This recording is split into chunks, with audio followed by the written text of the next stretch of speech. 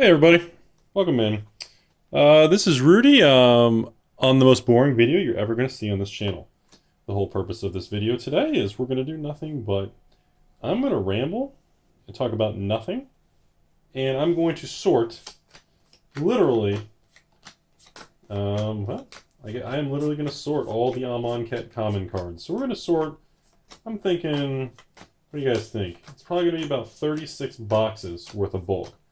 Yeah, I'm going to sort it all and show you guys what an exciting life it is to be involved in the trading card world, and a lot of behind the scenes boring stuff that you have to be disciplined and you kind of just got to do it and not think about it. So, I think it's important to kind of show sometimes the other side of the coin. So this is probably going to be about an hour-long video.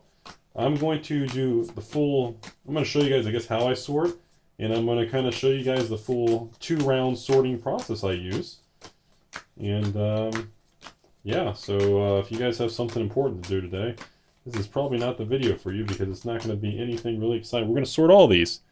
And I'm going to see if I can get them all sorted in one 1-hour video. So I appreciate you guys for stopping by today. If you're looking for something interesting on Rudy's channel today, definitely not going to find it. This is going to be a crappy video for you. I just like to sometimes, I think it's easier for me to sort cards. I don't know, when I feel like you guys are listening and I can kind of talk and maybe it helps the time go by, because yeah, I'm also kind of curious the exact time it's going to take me to actually sort all of these things. So with the timer on the camera, I'm actually going to be pretty interested to see kind of, I guess, I don't know, the real time, really how long it actually takes me to do this stuff. So, of course, I guess me talking, I'm not sure if that's speeding me up or slowing me down. So, I don't know, but it helps the time go by, and at least I get to talk to you guys, and, I get to make a video, and it kind of, gives me a multi-purpose, So, so just so you guys know, these are all the Amonkhet common cards. I think we did 36 booster box openings total for all the patrons and international patrons. These are all just the garbage bulk commons that have what, 1 cent to 5 cents worth of value type of thing. So, for me, I'm very OCD. I like to have everything sorted. I don't like to list common cards even for 99 cents or anything. I don't like to do anything with commons unless I know exactly what I have and everything is sorted, and I'm one of those people. Even if they never sell. I mean, there's common cards that'll never sell. I could put these on eBay for 4 for 99 cents, and after shipping and fees make a 10 cents or something, but at the end of the day, a lot of these cards will never even, they'll just sit there. And nobody will ever buy a single one of some of these cards because they're just not good. They're terrible cards that nobody wants. But for me, again, I'm still one of those people. I just like to have everything sorted and, I like to be organized. It's just kind of my style. So, that's what we're going to talk about today. First thing, you guys may be noticing I have all the common cards back here. And what I do is I do a 2-round sort process for bulk. And my first round sort process is this, where I pretty much just break down all the common cards, pretty much between colors, just so that it makes it easier to do round 2 of sorting. And I have found for myself, this is maybe not the best way to do it, but for me, this is the best way for me. So, this is the best way for me to go efficient, at a good rate of speed, and to also be organized, and it's just kind of a little system I use. Stop for a second, do a little pile maintenance. So, I actually get, believe it or not, I've kind of thought about doing kind of podcast style video like this, so a lot of you guys can just listen and not really watch, because there's nothing to really watch. But, for me, I get a lot of my ideas thinking, and I get a lot of things done throughout the day, just when I sort cards and I drive, or if I'm in traffic, and a lot of my ideas and things I've developed or come up with over time, it's come from things like this, since I have a lot of time doing either monotonous things or boring things, and I'm too cheap to pay other people, and I'm a selfish person, blah, blah, blah, so I like to do all the work myself. I like to kind of, always be in the game and keep my hands wet and get my feet all dirty, and I'm one of those people. I'm not really a big fan of outsourcing a lot of things and paying other people to do things. I like to always know what's going on. I like to know where everything is, so it's kind of, I don't know, I think it's kind of one of my weaknesses. I always felt it's one of my weaknesses in business, because I don't seem to have the ability to trust people to hire, help out, or really outsource a lot of things, where I probably could get a lot further in life if I actually, I don't know, maybe trusted some people and took more chances. But for me, you know, it's just one of those things where I always feel like I have to do it on my own because, I don't know, I feel like if I pay other people, I spend more time policing and making sure everything's being done, I'm not being screwed over, and checking surveillance, and I feel like I'm spending more time doing that crap, you know, and I'm like, I'm not really getting ahead. It's kind of like paying somebody else, and you have to go back behind them and, you know, make sure everything's done right type thing. It's kind of like, why are you paying them? It's not even, it just doesn't even feel like it's really helping, you know? So, you guys know where I'm coming from? You know where I'm coming from? Just saying. So, but yeah, so card sorting, the nastiest, probably little nasty thing in the industry. So I was like, you know what? It's been a while since I've done card sorting because I don't do a lot of mass box openings or anything like that. Imagine doing this with tables and tables full of stuff. You know, since I don't really do a lot of that anymore, I was like, you know what? I'm going to turn the camera on. I'm just going to talk to the camera and do something completely boring so that maybe somebody wants to listen, or I don't know, so you guys can kind of just see what the hell's going on. Not much going on. Today is a Saturday morning. You know, slept in a little bit. Actually feel kind of rested and kind of focused, so I was like, you know, let's do it. Let's do something different here. So what else should we talk about? Let's talk about the state of Magic, huh? Let's talk about kind of some things going on, and you know, I mean, is everybody excited for what? Hour of Devastation, the new set, and iconic masters, the commander thing coming, there's Archemy, I think, is coming, there's so many things, there's always just stuff in the pipeline. Do you guys ever just feel fatigued sometimes? I do. I feel that way sometimes. I feel like I have product fatigue, you know?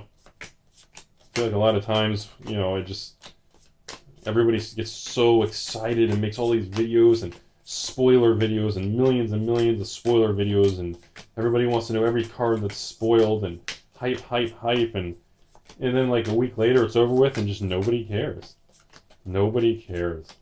And I don't know what causes that in our culture. I feel like that comes with everything, you know?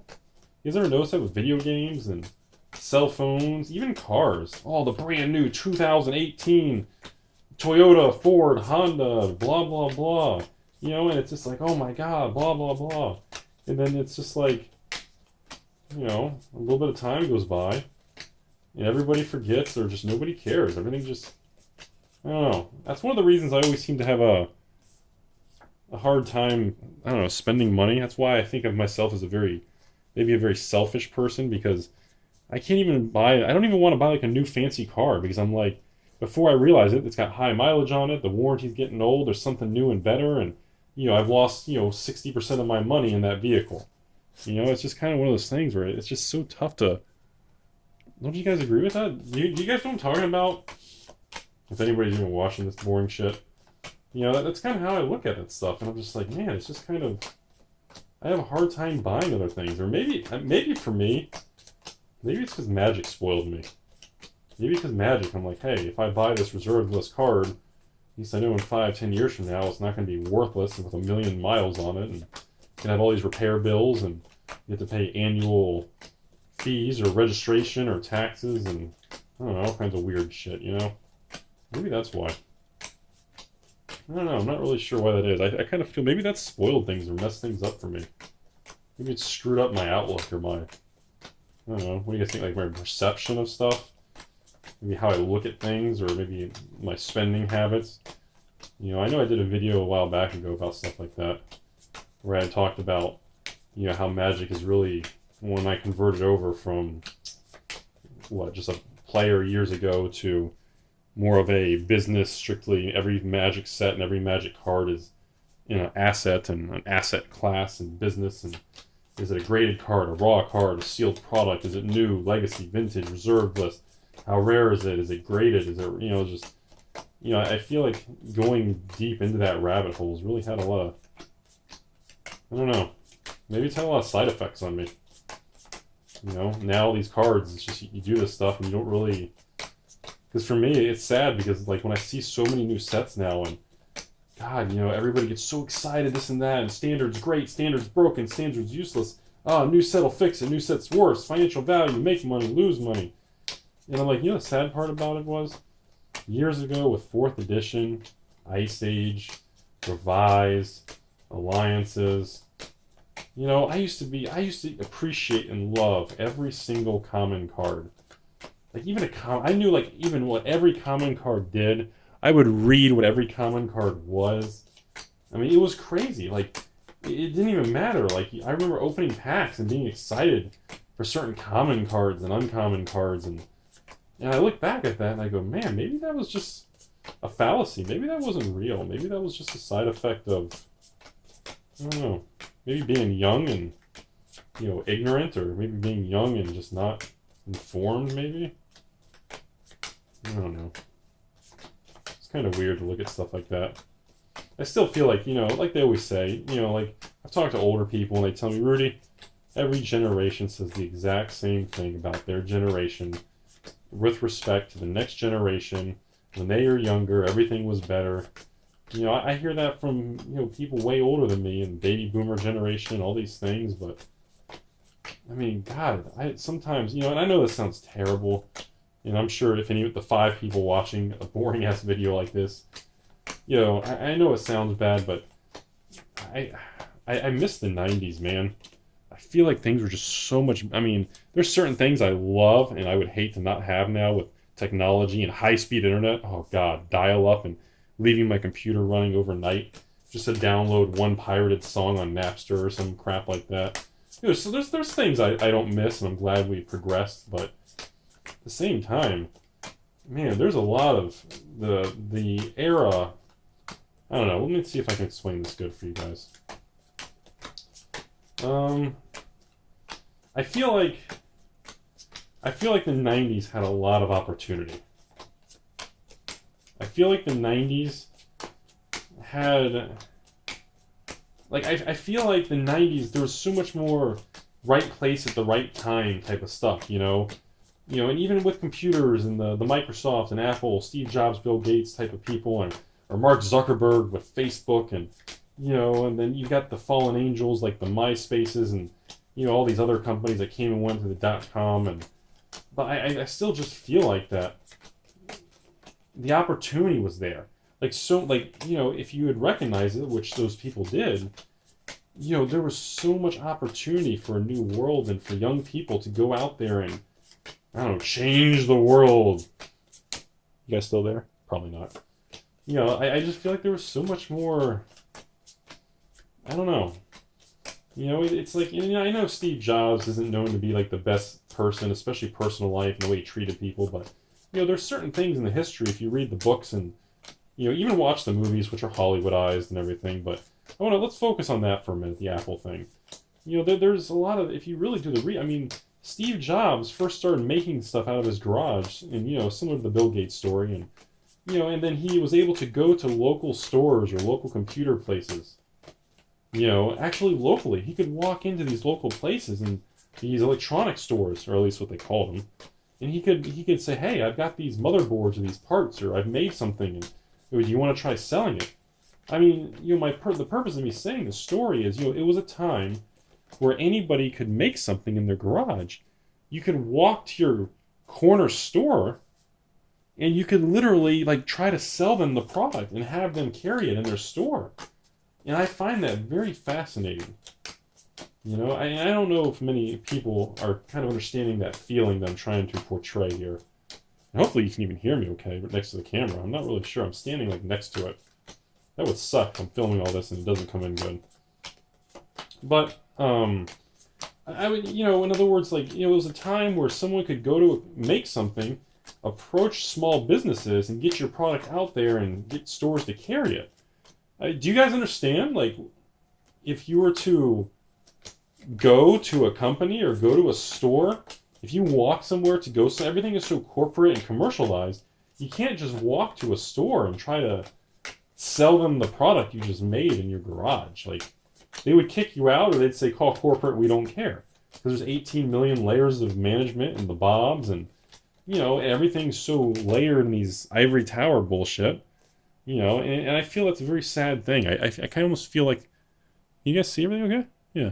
I almost feel like that it almost hinders creativity because it doesn't let a lot of small people out there who have amazing ideas really give the opportunity to grow or financially or, compared to back in the day where you could do that. And I find that story, I always think about that.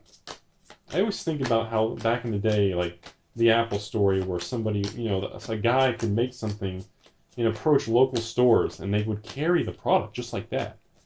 I find that very intriguing of an era where anybody could just do that. And I know, and I feel like in my head, I already hear the counterpoint of, well, Rudy, that's stupid because now you have all the crowdfunding, you have the Kickstarters and the Indiegogos for people who invent stuff, and now it's even better because you can tell the whole world about it instead of just your corner store. And I know, and I know that's true, and I understand that, and I really can't discount that because I do believe that's true. It just doesn't feel the same to me.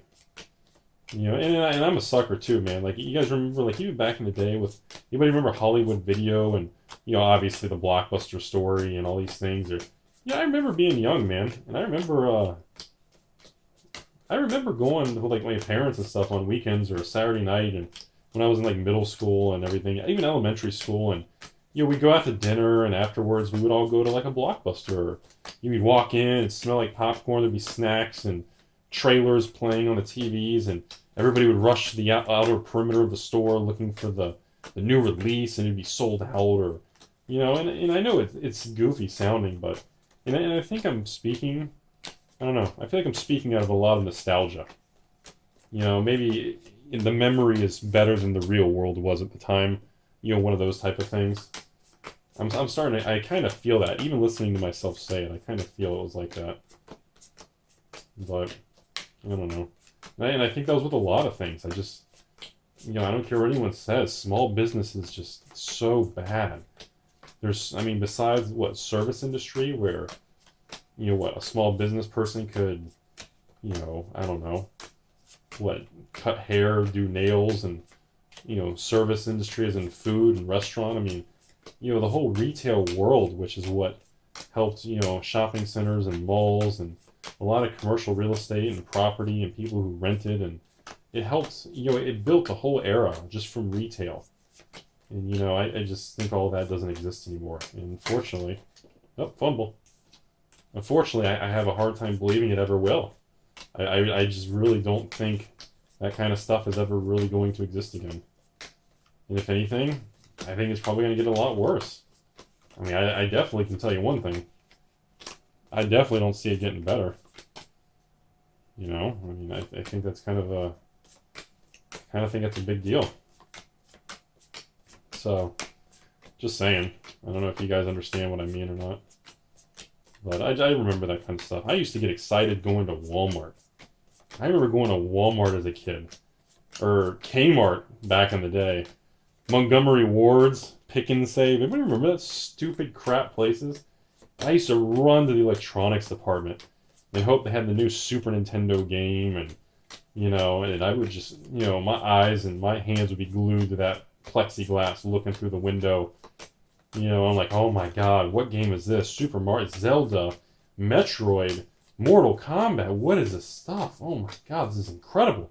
These video games, and now I go to the store, I go to Walmart or something, in Kmart if there's any left, I don't even know if they're around, and I walk in their electronics department, and I'm just like, what the hell happened?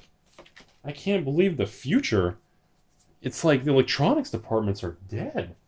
Everything is micro games on phones, and the electronic departments are being phased out. I didn't think the future, I really didn't think the future, where technology increased, would be a world where there's less electronics departments because of the way things have evolved and shifted.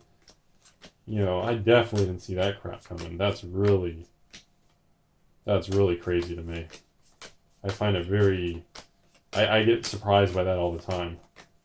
And of course, I don't know why there's also not a bigger backlash of people that are, everybody seems to be okay with buying a $50 or $100 video game and not actually getting the disc or a box or an instruction manual, a nice package and presentation of something you own. And I don't know. I know I'm an old man Rudy here, but I still Look at these piles, you guys. You guys seeing these piles? Can you guys see how tall these things are getting?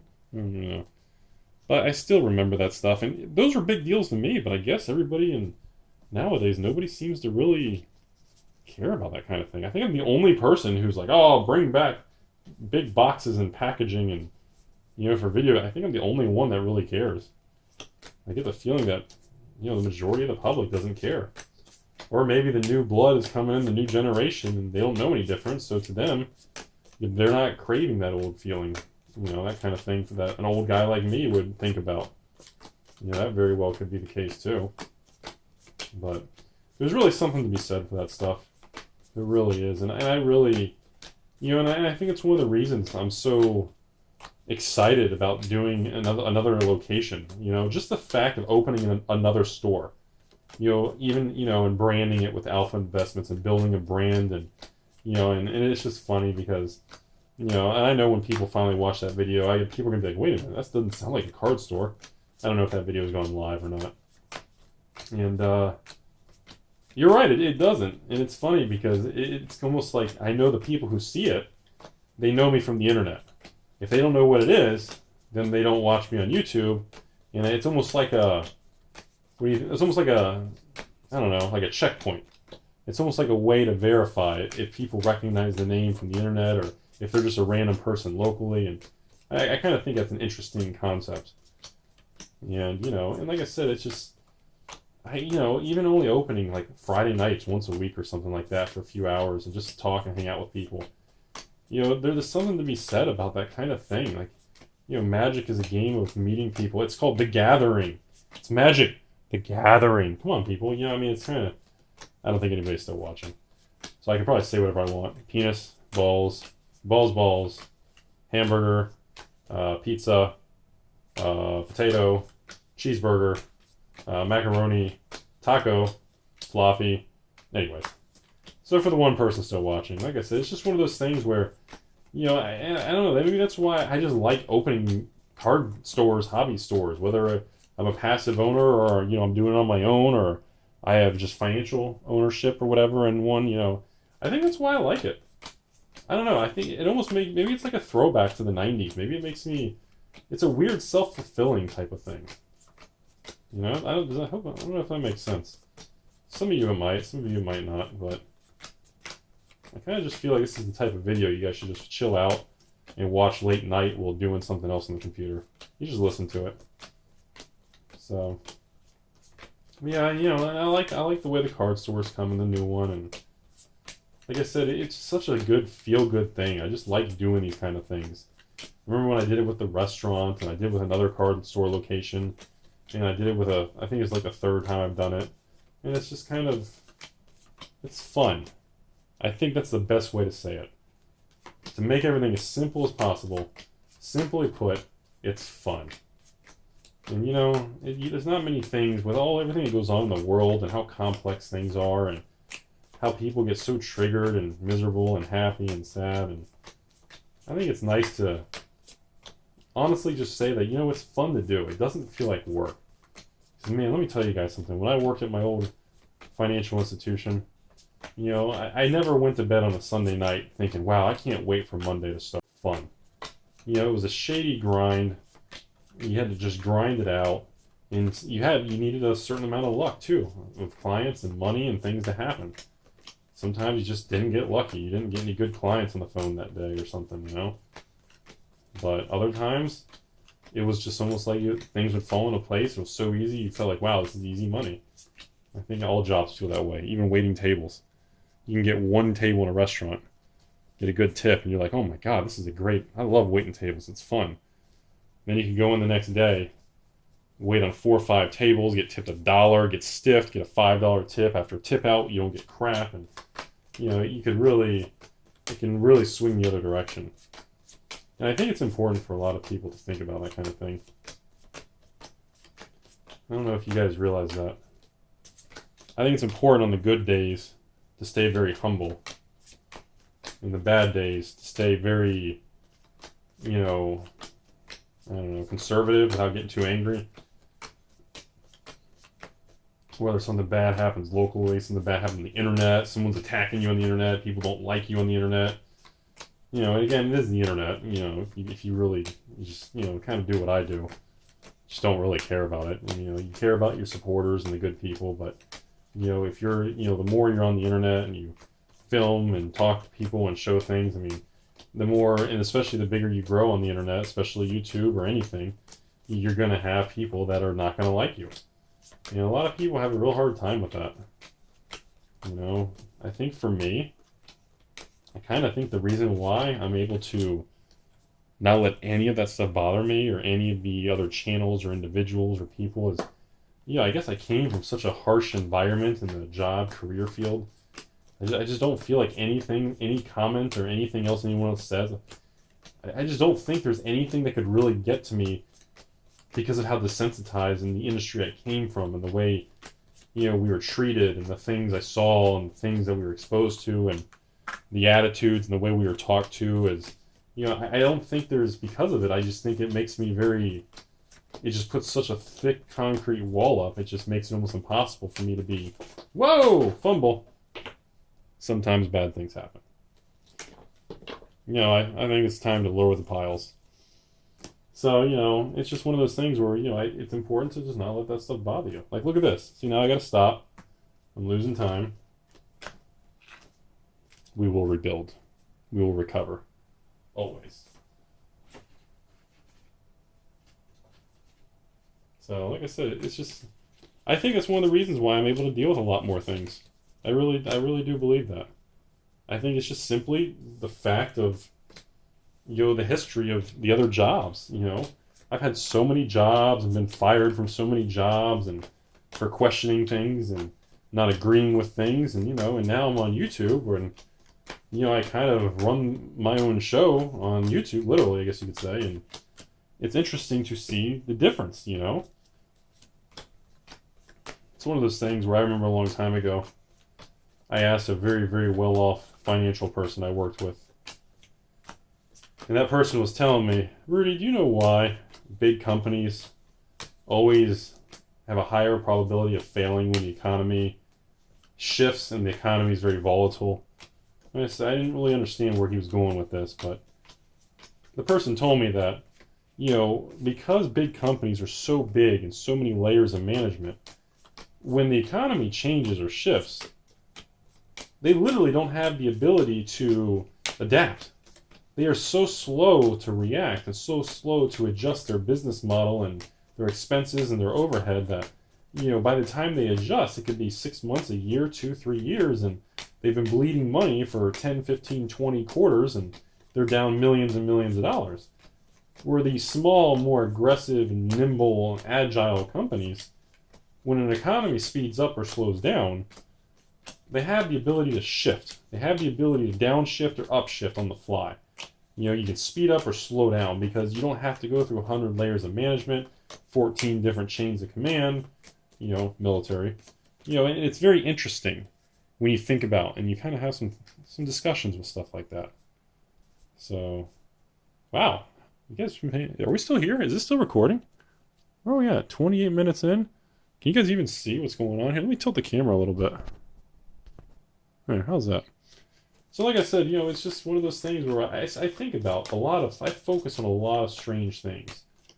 And I thought, you know, I've had a few people wanting to question me, and a lot of the patrons ask me very specific questions, and they always kind of say, Rudy, I kind of want to get more information of you. I want to understand how a guy like you from Florida can fulfill the hobby, kid, teenager dream of taking something they enjoy and turning it into something that's, you know, makes them happy with their life. And, you know, unfortunately, I wish I could give a very clear answer of just, oh, this is ABC, what you do, and you guys can follow your dream. And, you know, unfortunately, I don't think I'm a real good example for that.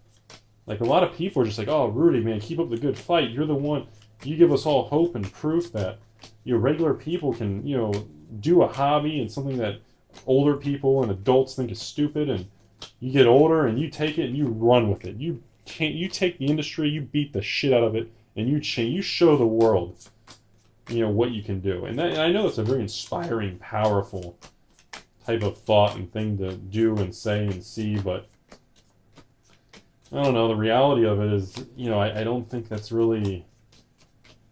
I don't like how I really did it. It's not really.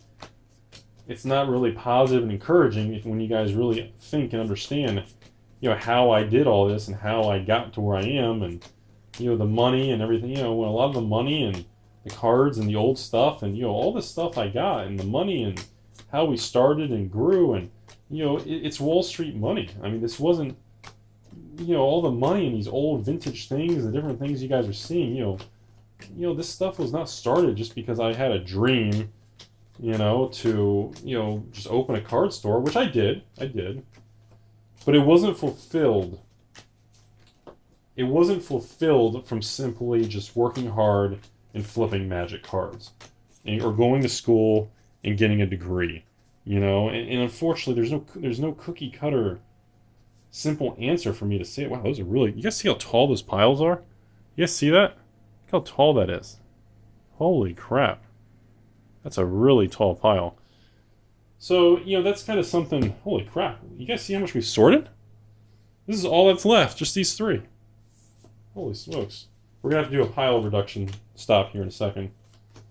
So, it's just one of those things where I wish I could write a book or make a video or tell a story about, hey, everybody watching this, if you want to be like Rudy or if you want to follow your dream, all you have to do is, slowly build into magic and build up a collection and work hard, go to school, find a good location, open your own store, get with a distributor, fill out the paperwork, and, you're good to go. I just wish that was, I don't know, I wish that was the answer. I wish it was something that was literally a simple instructional style thing that, anybody could do to really, quote unquote, be happy versus, I don't know, I guess I guess I just didn't realize how many people were out there when I was younger. I didn't understand the world for how it really was.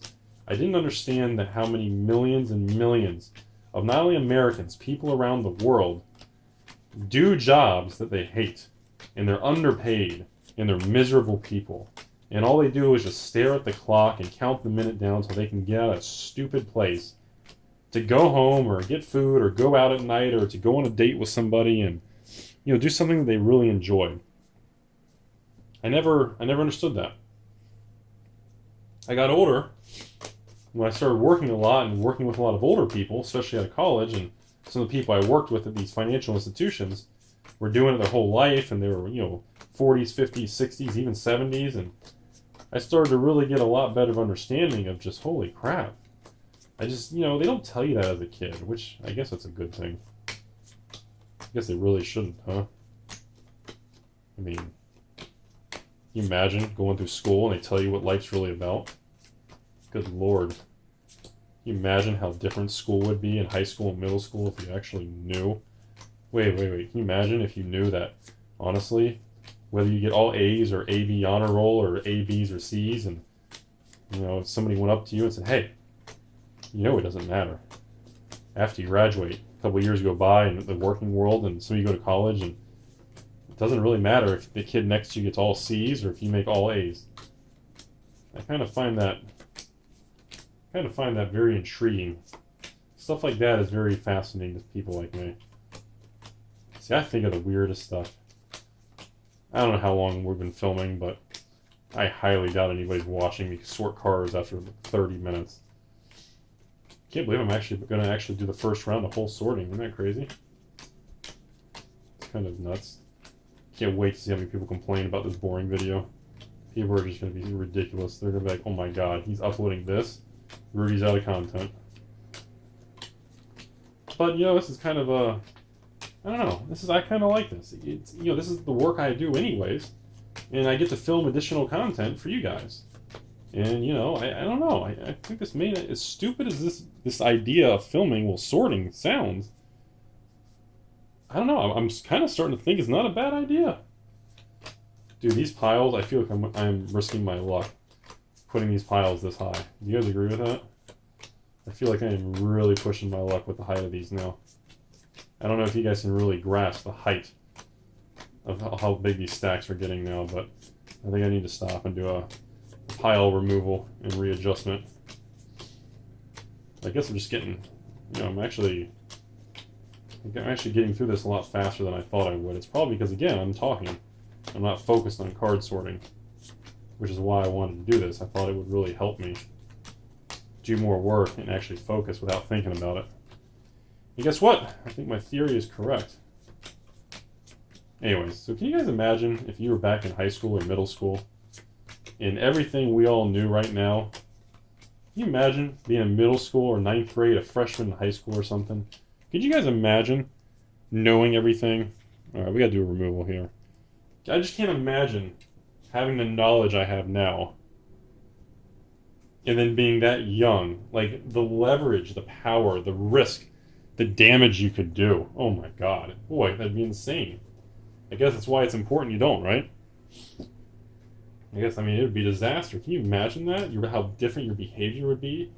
How your stress level would be between going to class and dating guys and girls and just the whole going out at night and getting a high school job? Could you imagine? Yeah, so you guys are regretting watching this video now, huh? You're like, holy crap, why on earth did I click on a 30-minute video of Rudy doing nothing but rambling? I paid him to click on this video 1 penny for an advertisement, and all he's doing is sorting cards, which is what he does anyway. So he's getting paid to sort cards, and now he's getting paid for people to watch him to sort cards. I know, it's kind of genius, isn't it? Pretty good idea if you guys ask me. So anyway, I'm slowing down. Let me speed back up here, guys. Sorry. So, I don't know, I think about stuff like that. I just like, man, if I had a DeLorean, that's why you guys always hear me talk about Back to the Future references and goofy things and aliens and time travel and, 2016 Rudy, 2000, I always think about that stuff. I watch Family Guy and Stewie Griffin has his time machine in his room, and I know it's funny and cheesy, but, remember Seth, who writes that, is an extremely intelligent individual. It's very fascinating to see the bits of truth behind the comedy. Like they always say, stand-up comedians are some of the most intelligent people there are. So, remember that. You guys believe I'm actually going to do all this? I thought it was going to be like a 3-hour video. I can't believe it. It's unbelievable. Holy crap. So, anyways, thoughts from Rudy's head on a Saturday morning, nice and quiet, thinking about the meaning of life, wondering if sorting common cards is even worth my time. This is the kind of stuff that, in between filming, I gotta think about doing things. This is one way to do it. You're being productive, you're thinking creatively. And unfortunately, one thing I can tell you is when you work for all these companies, you can't think creatively. They drain you, man. You're so stressed out of your boss and management and numbers and goals. It's like they destroy you from the inside. I always hated that when I worked for companies. It's always, I'm going to get out of here one day. I'm going to start my own thing. And, most of the time it never happens. And I think the reason for it is because you're just so wrapped up in the world of these corporations. And these corporations don't even care about you.